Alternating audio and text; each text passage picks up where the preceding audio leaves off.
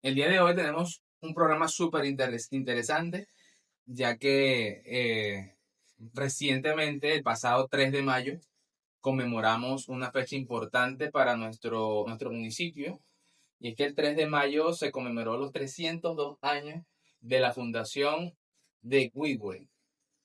¿Qué nos puedes decir de eso, Luis? ¿Qué te parece esta fecha conmemorativa reciente que parece que pasó por alto? No vimos, no vimos mucha alegoría sobre esto. Sí, bueno, precisamente una de las cosas que debemos recalcar y que queremos recalcar en este programa es que a pesar de que es la capital de nuestro municipio, el 3 de mayo se celebra lo que es el Día Nacional de Huehue, de la capital de nuestro municipio. En este caso, imaginémonos, es que yo hablo también que me tiene que poner estos dos micrófonos para retransmitir Es súper interesante lo que está diciendo y Uno es, pero no voy a decir, no va a dar publicidad a otros programas para no entrar en detalle.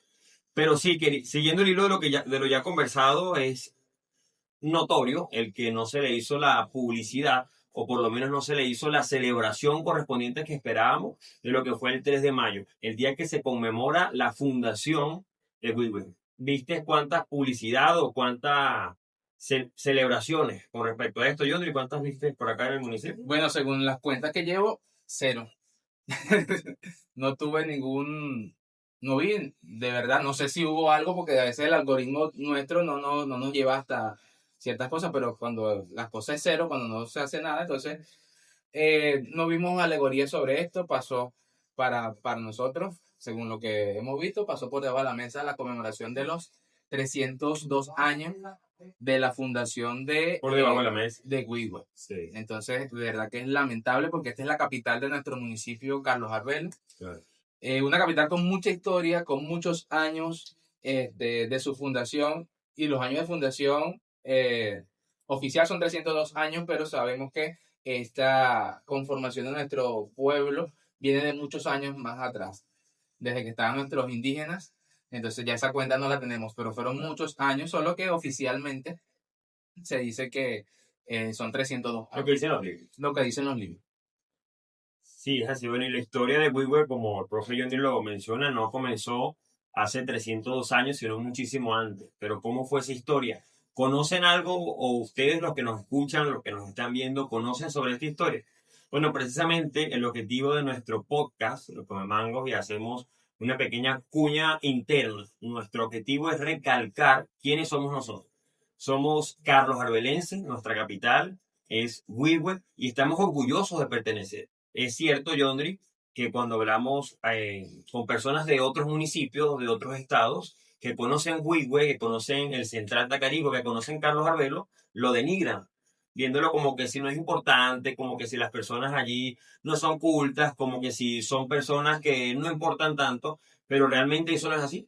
Cuando realmente entendemos, cuando vamos a lo que es la historia, qué fue lo que pasó, quiénes eran las personas que vivían, al leerlo nos sentimos sumamente orgullosos. O sea, al escuchar, al leer, al saber y comprender que nuestros antepasados, de por lo menos acá del Central Tacarigua, de todo lo que es el alrededor de la cuenca del agua de Valencia, bueno, sumamente orgulloso de pertenecer a este lado del mundo y bueno, en especial el lado de Venezuela, porque tantas historias que tenemos. Fíjate que me ha pasado, no una sola vez, me ha pasado que he conversado con personas en otras instancias, de repente fuera de acá del municipio, y cuando me preguntan de dónde eres tú, y yo no, soy de Central Tacarigua. "Ah, qué raro, tú no pareces de ahí. O sea, ¿cómo parecemos nosotros? Pues? Sí.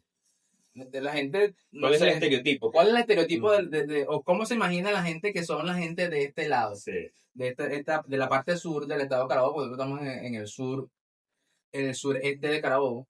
¿Cómo se imagina la gente que somos nosotros, pues? Entonces, no es muy agradable cuando te dicen, tú no parece que fuera de ahí. O sea, ¿qué nos quieren decir con...?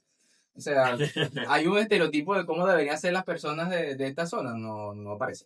Y esto también en parte se debe a las mismas personas. En algunos casos hay gente que no le gusta hablar de su municipio, y eso hay que rescatarlo porque necesitamos conocer nuestra historia, conocer nuestro territorio para quererlo y para cuidarlo. Si nosotros no tenemos sentido de pertenencia de nuestro territorio, entonces cualquiera viene y nos domina, o simplemente lo dejo y me enfoco en otros sitios, hago otras cosas y no desarrollo el potencial que tengo. Nuestro potencial viene desde hace muchísimos años. Desde que estaban los pueblos indígenas en esta zona, si ellos se asentaron, aquí hubo un asentamiento indígena fuerte, eh, si ellos insistieron en quedarse aquí, porque fue mucha gente, muchos años, fue uno de los asentamientos indígenas más grandes de Venezuela, fue porque nuestros indígenas vieron algo, algún potencial en nuestra tierra, que vamos a estar hablando un poquito más adelante acerca del potencial que tenemos. Entonces, si hicieron eso, si hubo gente, vinieron los españoles y quisieron fundar nuestra ciudad acá, fue porque vieron potencial en nuestra tierra. Entonces, si vino John Kennedy para la Alianza, para Central Tacarigua, fue porque vieron potencial acá. Si crearon el Central Tacarigua, donde lo fundaron, donde lo crearon, fue porque vieron el potencial que tenemos nosotros. Entonces, muchas veces la gente de afuera ve el potencial que tenemos y nosotros mismos no lo vemos y no lo aprovechamos, no lo desarrollamos, simplemente nos conformamos con irnos afuera. Lamentablemente, nuestra ciudad y nuestro municipio se ha convertido en el dormitorio, Sí. en un dormitorio, porque prácticamente la mayoría de las personas salen a trabajar a otros municipios y vienen para acá es solamente a dormir, por eso es dormitorio, porque la mayoría sale a trabajar a los otros municipios, a Valencia, a Los Guayos, a Naguanagua, La gran mayoría. la gran mayoría. Y esto también por circunstancias se fueron dando en el país. Muchas de las personas no tienen que ver con eso, solamente les tocó vivirlo de esa manera. Pero lo que puedan, lo que podamos hacer para mejorar eso, para volver a ser grandes, porque fuimos el granero de Carabobo. Sí. Fuimos el granero de Carabobo y eso tenemos que rescatarlo, tenemos que volver a ser grandes como en algún momento lo fuimos. Es así, bueno, citando las palabras de Renio Tolina, estábamos conversando hace poco, hablando de los historiadores, porque a nosotros nos gusta conocer lo que es la historia y lo que es nuestros antepasados. Renio Tolina estaba hablando de que para amar a Venezuela no es simplemente llegar a amarla, primero es un proceso, tenemos que conocerla. Si conocemos a Venezuela, llegamos a admirarla. Si la admiramos, llegamos a respetarla. Y con el respeto viene el amor. Por eso es que nosotros nos hemos empeñado tanto en conocer principalmente nuestro municipio, nuestro huequito aquí, lo más cercano a lo que tenemos y demostrarle a nosotros mismos principalmente que no somos simplemente monte y culebra, que somos mucho más, que somos potencia de cualquier lado donde lo veas, industrial, somos potencia agrícola, ganadera, pero es eso, somos potencia, no la estamos explotando. O sea, hay una cosa, es muy distinto entre tener riquezas potenciales a tener riquezas reales o efectivas. Por eso es que, bueno, vemos el municipio en las condiciones en las que está.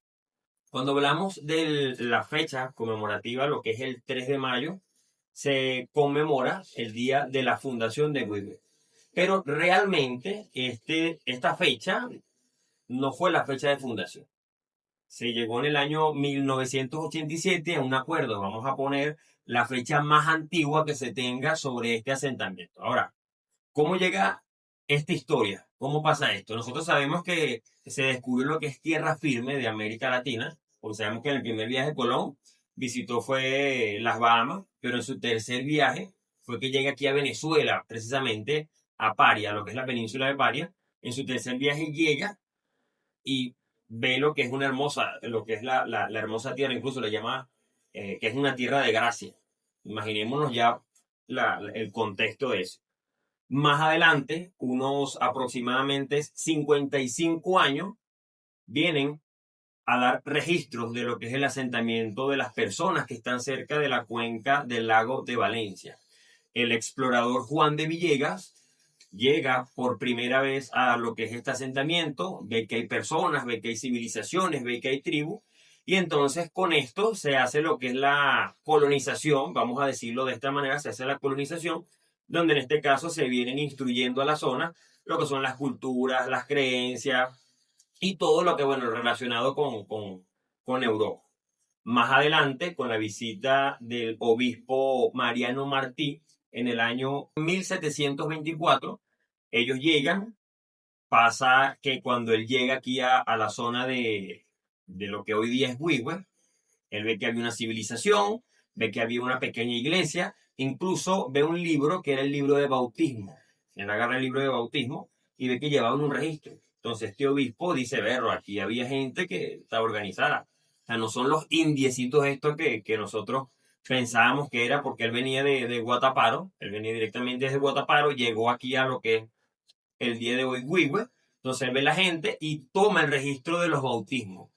En la primera página, la primera fecha del primer bautismo era precisamente el 3 de mayo del año 1724. Entonces, de esa fecha para acá, dijeron, bueno, como no tenemos una fecha exacta, como no sabemos con exactitud cuándo llegó la primera persona, cuándo llegaron los primeros españoles a vivir precisamente en la zona, bueno, se tomó como base la fecha mayor más vieja, en este caso, que bueno, fue el 3 de mayo de 1724. Sí, porque no habían registros escritos de antes. Nuestros indígenas no habían dejado un registro escrito. Mira, comenzamos a vivir aquí en este sitio a partir de tal momento para acá. No, Nada de eso. Lo cierto es que nuestros indígenas tacariguas habían estado aquí aprovechando las tierras fértiles alrededor, lo que es la cuenca del lago de Valencia, y habían aprovechado para pescar, para sembrar y aprovechar todas esas tierras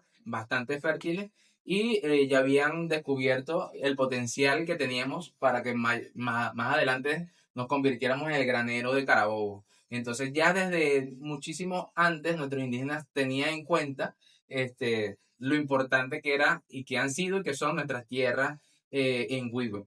Luis, la palabra Huigüe, cuéntanos un poco sobre lo que es, qué significa ese Huigüe. mire, el significado es bastante polémico. Hay dos fundamentados. Hay uno, el historiado, el que cuentan los historiadores, incluso lo resalta Lisandro Alvarado, y está el local. El local nos habla de que es el sonido, la onomatopeya de los sapitos. Uy, uy, la onomatopeya de los sapitos que viene en la zona y por eso se dio el nombre de Huigüe. Claro, adaptado. Sin embargo, pudiéramos decir la más respetada, ojo, personalmente me encantaría que fuera cualquiera de las dos. En realidad, ambas forman parte de nuestra identidad. Sin embargo, la más respetada habla de que se refería a una piedra de hacha, una piedra que se utilizaba para la agricultura, una piedra de rayo. Esta piedra se estimaba que caía del cielo, llegaba a un sitio, llegaban los agricultores y la pulían. Entonces, de allí para acá, como era tan común esa piedra, y en otras partes del territorio de América no se había escuchado, los exploradores no habían escuchado esa palabra, Huigüe, con referente a otros pueblos, dijeron, no, bueno, esta es la gente de Huigüe. Claro, Era Huigüe. Huigüe, una U y una I. Claro está en adaptarnos, los españoles no solamente vinieron a quedarse con sus culturas, sino también con la lengua. Entonces se adhirieron la G, se adhirieron las dos diéresis en cada U respectivamente y actualmente se escribe Wi, we, no con W. Llama la atención que yo, por ejemplo, lo llamo por teléfono o coloco cualquier información. Por ejemplo, Día Internacional de Weibo. Nunca el buscador coloca Weibo tal cual como suena. Siempre lo pone con G, siempre lo pone con una U, pero nunca pone la G y las dos diéresis. Llama muchísimo la ¿Pone atención. con W? Lo pone con W, Uiwe o con G. O sea, Ui hace inventa cualquier cosa. Porque Que ellos lo si la colocan diéresis como... sería Gigue. Sí, Sin la diéresis. correcto, correcto. Pero bueno, él hace con eso lo que ellos le da la gana, por así decirlo. La inteligencia artificial hace con ella misma lo que le da la gana. Y bueno, de allí parte lo que es el nombre de Weibo. Ojo, están las dos teorías. Si usted, amigo que nos esté escuchando, porque yo anteriormente hice un video con respecto al nombre de Weibo, hay mucha controversia, otros apoyan fielmente que es la piedra de hacha, otros hablan de que sus abuelos, bisabuelos le decían que no, que su historia es los sapitos haciendo la onomatopeya. Respetamos cuál sea la historia en realidad. Porque tristemente, como lo acaba de comentar el profe Yondri, no tenemos un documento exacto de todo lo que es nuestra historia de Huigo, por lo menos de 1500 hacia atrás, no tenemos con exactitud quiénes fueron los que habitaron o qué hicieron para hacer exacto. Y dentro de nuestra historia y dentro de los registros, los pocos registros que podamos tener de nuestro municipio, tenemos escasamente, debe haber pocos relatos. Nosotros manejamos un libro bastante importante, el libro escrito por Ramón Mejía sobre Wigwell. Entonces, esto es fundamental para nosotros. Lamentamos que no haya muchos más registros como quisiéramos, pero contamos con esto. Entonces, de este libro tenemos bastante historia muy rica de nuestro municipio. Y nuestro municipio fue un municipio muy activo durante la época de la independencia. Sí. Sabemos que nuestro municipio se llama Municipio Carlos Arbelo por el doctor Carlos Arbelo, que fue un médico de cabecera de nuestro libertador Simón Bolívar. Fue obviamente sumamente importante durante la lucha por la independencia de nuestro país. Y sabemos también que en nuestro municipio se llevaron batallas de la guerra de independencia. Cuéntanos, Luis, un poco sobre esas batallas durante la guerra de independencia. Sí, bueno, que parezca mentira, aquí lo que es toda esta parte, no sabemos con exactitud en qué específico punto pasaron esos caballos o pasaron esos nativos peleando contra los españoles, pero sí sabemos que en las cuencas del lago, de este lado específicamente lo que hoy es Central Tacarigua, Huigüe, Yuma, la Isla del Burro, se efectuaron estas batallas. Hay en registro 6 batallas que se efectuaron en esta zona. Yo me quiero imaginar por un momento qué sería de mi pensar que esta zona era una zona de guerra, y no de guerra mala, de guerra independentista, donde estaban los patriotas buscando la manera de sacar las opresiones de los españoles. Y bueno, de esas 6 anécdotas o de esos 6 relatos que se cuentan, que hay registro de que se efectuó acá en lo que hoy pudiéramos llamar el municipio de Carlos Arbelo, 5 fueron victoriosos. Es decir, que somos tierra de campeones. Pudiéramos decir de alguna manera que aquí somos tierra de victoriosos, de luchadores, de peleadores, de ambiciosos, de personas que no se dejan doblegar. En nuestro pasado, en la historia del año 1812 aproximadamente, de 1812 a 1814, se efectuaron todas estas batallas. Hoy en 2026, obviamente no queremos un tipo de batalla de esa magnitud, pero queremos lo que significó o lo que simboliza el espíritu de rebeldía, el espíritu de bajar las cadenas, el espíritu de soltar las cadenas, el espíritu de querer no conformarnos con lo que tenemos, sino esperar algo más.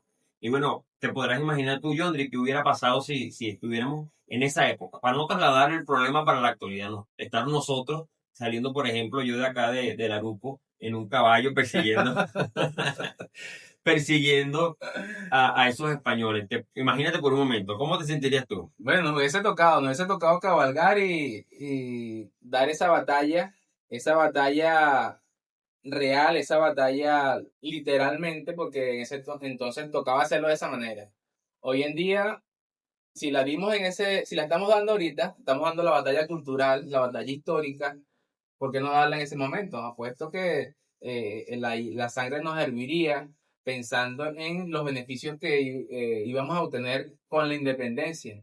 Así como nos hierve ahorita, al pensar en los beneficios que tendremos más adelante, si logramos sobreponernos a las adversidades que tenemos en nuestro municipio, en nuestro país, para mejorar y me visualizo no solo nuestro municipio, sino nuestro país en grande. Me los imagino y me imagino a mi familia, a mis amigos, viviendo una mejor vida, no pasando las penumbras que estamos pasando hoy en día, literalmente penumbras con los cortes eléctricos, Literalmente. que ahorita acaban de cortarle la luz a algún sector y como en otro sector hay electricidad, entonces por eso es que estamos al aire, porque si no, estuviéramos incomunicados Sí. por la radio. Entonces, de verdad que, bueno, sí me imagino, de repente en ese momento la mentalidad de nosotros hubiese sido diferente y la lucha nos tocaba era hacerla de esa manera, Y a vamos a tener que caballo. salir. Y vamos a tener que salir. salir. Claro. Exacto. Y así era que se formaban los hombres. Correcto. Y no, y en esas batallas estoy, bueno, 100% seguro de que no eran únicamente los hombres los que se iban a la batalla. En eso estaban jóvenes, pudiera decir que hasta niños y mujeres batallando por la libertad. Porque imagínense cuando llegaron aquellos conquistadores a lo que se llama el encuentro de dos mundos. Personalmente no me gusta llamar la conquista o el descubrimiento de América porque ya nosotros existíamos, vamos a llamarlo un tema más central, el descubrimiento de dos mundos. Cuando se descubrieron estos dos mundos, aquí Venezuela era una persona muy noble. Las personas que habían eran muy nobles o lo fueron precisamente con las personas que llegaron en estos barcos. Como estábamos hablando en el programa pasado, personas con afros y pintadas todo de blanco, porque hacían los españoles que para la época era. No me quiero imaginar los sustos que habrán tenido con estas personas a su encuentro. Pero imaginemos ese potencial que pudiéramos tener. Claro, en su momento, gracias a la batalla de la libertad, somos libres hoy en día, somos independientes. Sin embargo, tenemos un yugo que hasta el sol de hoy tenemos que ser conscientes que está cómo nosotros podemos llevar esas batallas que se efectuaron tanto en nuestro municipio como en todo nuestro estado de Carabobo y en nuestro país en la actualidad. ¿Cómo podemos decir ya basta? Estamos hartos de que esto continúe, estamos hartos de los mismos problemas, estamos hartos de las opresiones. Bueno, tenemos que buscar la manera de hacerlo de esta manera, o tenemos que buscar la manera de hacerlo y nosotros queremos hacerlo de esta manera, llevándoles el mensaje a ustedes de esperanza, de historia y buscar la manera de darle acción. Es como nuestro lago. El lago busca su cauce. Nuestro lago ha ido buscando su cauce, se ha ido expandiendo. Así nosotros. La libertad corre por nuestras venas. Y nosotros tenemos que ser como ese lago que va buscando su cauce. Se va metiendo por donde menos lo espere y vamos agarrando espacio. Así vamos a irlo haciendo. Tomando espacio poco a poco, vamos a ir llegando a hacer esa Venezuela grande, que es la Venezuela que queremos. Donde está Huigüe hoy en día, como se pudieran imaginar los de la antigüedad. Por ejemplo, las personas que murieron en el año 1910. Está Huigüe como esas personas se imaginaban que iba a ser. No, Huigüe llegó a ser grande, y como les decíamos anteriormente, fue el granero de Carabobo. ¿Y por qué decimos que fue el granero de Carabobo? Porque cuando comienza a desarrollarse nuestra Valencia industrial, que es la capital, pues es la capital industrial de Venezuela con todas sus vicisitudes, Carlos Arbelo era quien abastecía a esa zona industrial de alimentos. Éramos baluarte, satisfacíamos la necesidad de toda nuestra ciudad industrial con maíz, caraotas, también con carnes, con lácteos, con frutas. Entonces, Absolutamente todo. absolutamente todo. Por eso, el título de granero de Carabobo era tal cual. O sea, éramos los que proveíamos todo lo que se necesitaba consumir en esta Valencia creciente, en esta Valencia industrial, en esta Valencia industrializada. Entonces, tenemos esa sensación, ese sabor de haber sido grandes, de haber sido importantes, y que eso lo vamos a volver a hacer. Vamos a volver a ser grandes. Lamentablemente, hay muchos factores que han influido para que eh, Carlos Arbelo no sea actualmente el granero de Carabobo, pero en menor proporción venimos siendo el granero de nuestro municipio. Lo que se produce en nuestro municipio sirve para abastecer, no al 100%, pero sí sirve para abastecer parte de lo que se consume aquí dentro. Ya lamentablemente, por problemas viales, por problemas económicos de transporte, no se puede llevar a tan lejos. Y también ha pasado, la crecida del lago de Valencia ha tomado tierras fértiles, que eran las tierras principales para la siembra. Entonces, esa crecida natural, pero eh, eso se podía haber evitado, o gran parte se puede haber evitado, con lo que se llama el dragado y con el mantenimiento de los ríos y los caños que van a desembocar en nuestro lago de Valencia.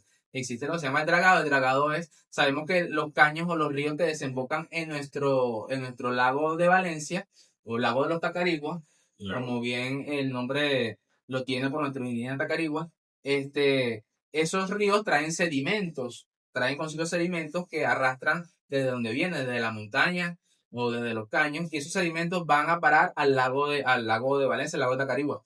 Entonces, el dragado es fundamental para limpiar, para extraer esa materia sólida que está allí y está haciendo que, obviamente, mientras más agua cae y más solidificación hay, entonces esa agua se va a desbordar.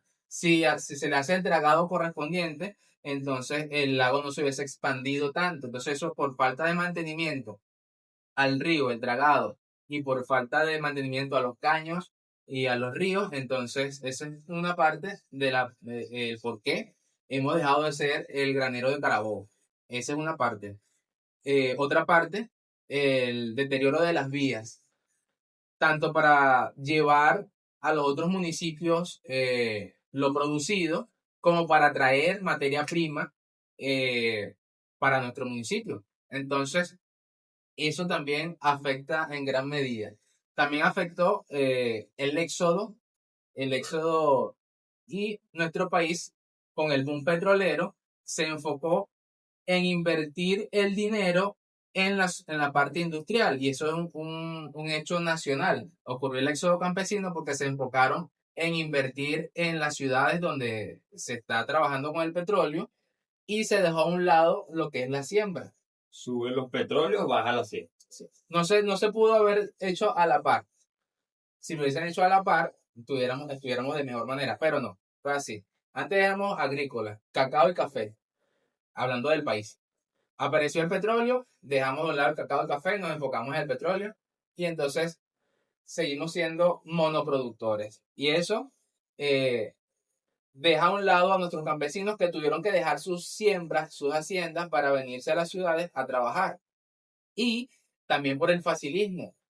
Estaba entrando mucho dinero por el petróleo y en lugar de invertirlo, como decía Arturo Pietri, sembrar el petróleo, no se hizo así, sino que lo que se hizo fue importar alimentos. Importar alimentos sin importarle que iba a dañar al agricultor, al local. Entonces venían esos alimentos con unos precios muy bajos que no iban a competir con el productor nacional. Entonces se apostó por lo importado y se dejó a un lado lo nacional. Y la mayoría de nuestros agricultores les tocó buscar otras maneras de sobrevivir, dejar a un lado la siembra e irse a trabajar a las empresas que se estaban desarrollando. Entonces, todos esos factores han confluido en que ya no seamos el granero de Carabobo en oficio, no se esté dando actualmente. Pero nos queda la semilla, nos queda eso de que podemos volver a hacer. Entonces, lo que en la actualidad se hace, se produce, sirve para abastecer a nuestra comunidad. Tenemos en nuestro WeWe, tenemos la confluencia de personas. Allí es donde se desarrolla nuestro comercio y tenemos el mayor comercio. Entonces bajan los productores o vienen los productores desde sus haciendas, de sus lugares, de sus conucos, a vender sus productos. Van las personas, allí compran sus productos y venden. Y también vienen personas que traen mercancías desde otros municipios, y entonces WeWe tiene esa mezcla de personas, quienes venden, quienes compran, y eso es lo que desarrolla o lo que conforma el centro de WeWe como tal. La parte comercial. La parte comercial. Sí, bueno, todo esto nos enseña que actualmente es una potencia, o sea, tenemos los recursos, pero no los utilizamos. Y realmente eso no es lo que vale. O sea, no importa cuántas riquezas tengamos, si no las sabemos utilizar, no hacemos absolutamente nada. En este caso, Carlos Arbelo, el municipio ha sido catalogado actualmente como en ruinas. Prácticamente, el municipio no tiene una sola calle asfaltada, no tiene una sola acera que tenga 10 metros con todo su concreto tal cual. No tiene todos los postes bien en todas las zonas. Entonces nos demuestra de que, bueno, vamos en vez de mejorar, a empeorar. Hay decenas, cientos de hectáreas en el municipio, que somos el municipio más grande del estado de Carabobo, vacías, absolutamente vacías, y tanta gente pasando hambre. Llegamos a nuestro segundo corte. Vamos al segundo corte, pero eléctrico. Nuestro municipio fue baluarte en la agricultura, más adelante en la independencia, como bien Luis lo decía anteriormente, participamos en varias luchas y nuestro ciudadano ilustre, el doctor Carlos Arbelo, fue el médico de cabecera Libertador Simón Bolívar. El primer médico militar venezolano fue el doctor Carlos Arbelos, oriundo de nuestro queridísimo. De nuestro pueblo. Entonces, en esa época también, en la época independentista, más adelante, ya en la época contemporánea, nos convertimos en el granero de Carabobo, cosa que fue de bastante apoyo para el desarrollo de nuestro estado. Entonces, hemos estado también con la central azucarera que comenzó en 1914. Hemos sido relevantes para el presidente, en este caso Juan Vicente Gómez, que tenía su hacienda en el Trompillo que es parte de nuestro municipio, cercano a Huigüe. Entonces, nuestro municipio tiene bastante historia y hemos aportado bastante, hemos sido protagonistas, si se quiere, de lo que ha sido todas las etapas de nuestra Venezuela. Entonces queremos que a partir de este momento comencemos también a ser partícipes de buena forma en la reconstrucción de nuestro país. Hablando de Huigüe y hablando del Trompillo, teníamos que el presidente Juan Vicente Gómez en su época tenía una hacienda allá y tenía un reloj, el famoso reloj de Huigüe, que se lo regaló un militar. Ese reloj vino de Alemania. Cuentan la historia que había pertenecido al presidente Antonio Guzmán Blanco y después pasó a ser propiedad de Juan Vicente Gómez. Lo cierto es que este reloj tiene mucha historia, muchos cuentos que de repente en otro programa lo vamos a abordar. Pero cuéntame algo. Tiene un libro, Huigüe tiene un libro full de anécdotas, de historia, de relatos. ¿Qué pasa? Ese reloj está dañado. Luis, ¿tú te atreverías a arreglar ese reloj? Mire, yo conozco un par de gente que puedo decirle que los vaya a arreglar, que por lo menos vaya a intentarlo, pero yo no. Según la historia, el que intente repararlo, yo trabajo en la parte bancaria, no relojero, así que créeme que no voy a meterme con eso. Bueno, tiene la historia del reloj de Huigüe, dice que quien se atreva a repararlo, ese reloj se detuvo, supuestamente, cuando murió el presidente Juan Vicente Gómez. Murió el 17 de diciembre de 1935 y a las 3 de la tarde es lo que se dice. Y se dice que el reloj se detuvo precisamente a esa hora. Cuando murió Gómez se detuvo el reloj. Y han pasado varias personas que han intentado repararlo. 5 personas han intentado repararlo y esas 5 personas no han corrido con mucha suerte. Han fallecido al momento, a los pocos días de haberlo reparado. Entonces, tiene un misterio. ¿Es un misterio? De repente en otro programa desarrollamos un poquito más sobre lo que es el reloj de Huigüe. También contamos en nuestro municipio con la abadía. La abadía de San José, la abadía benedictina de San José en Huigüe. Es la única abadía benedictina que se encuentra en nuestro país. Y es Premio Nacional de Arquitectura.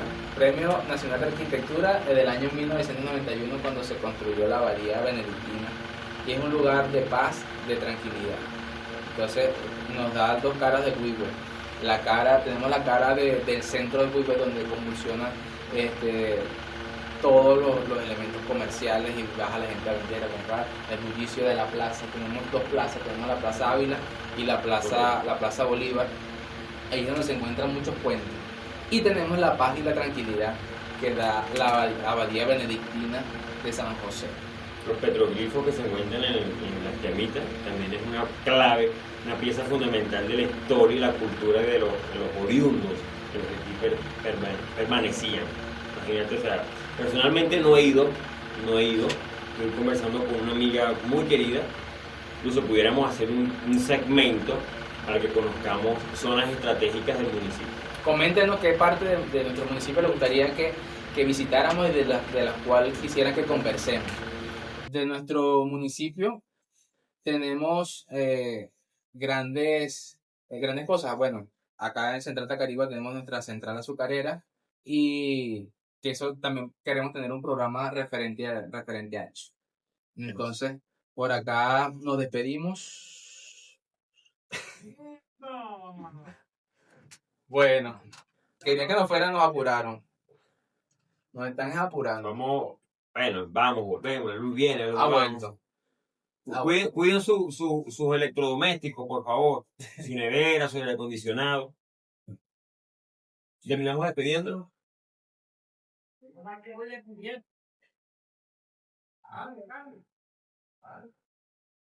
Bueno, ha sido un placer para nosotros estar con ustedes, a pesar de los cortes eléctricos. Eso no nos quita el ánimo. No nos quita el ánimo para nada, sino Para que nada. nos da más fuerza para seguir luchando y llevando la cultura y la historia y las tradiciones de nuestra tierra para enaltecerlas y que crezcamos como nuestro municipio. Ha sido un placer para nosotros estar con ustedes. Pásenla bien, que pasen un feliz Día de las Madres, a todas las madres en su día, y consiéntanla. Si no tienen regalo, bueno, denle muchos abrazos ese día, consiéntala, denle su desayuno, denle su comidita, que descanse, lo que sea, con tal de que su madre sienta eso. Ella sabe que usted lo ama, pero demuéstreselo en este día. Es bueno siempre recordarse. Es bueno siempre recordarse. Pásenla muy bien, que tengan una feliz noche, que no se les vaya la luz por lo menos y puedan descansar esta noche. Y bueno, nos despedimos. Hasta una próxima cosecha. Los esperamos la próxima semana, el próximo miércoles, para un nuevo programa de Los Comemagos. Hasta luego.